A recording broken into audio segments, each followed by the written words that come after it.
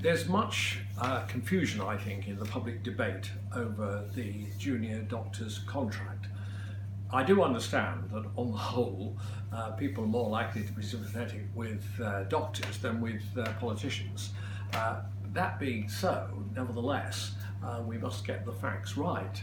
And this dispute, which has been now going on for quite some time in terms of negotiations, at least 3 years, if not longer, down to one point at which they broke up, and that was on the question of pay, and pay in particular for Saturday working by doctors.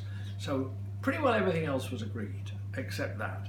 And therefore, to be talking now about somehow a threat to the whole National Health Service, that is the safety of patients, etc., I find that a quite difficult argument to take, because when you go out on strike full time, as the doctors sadly have felt constrained to do this week, then that is putting patients at risk.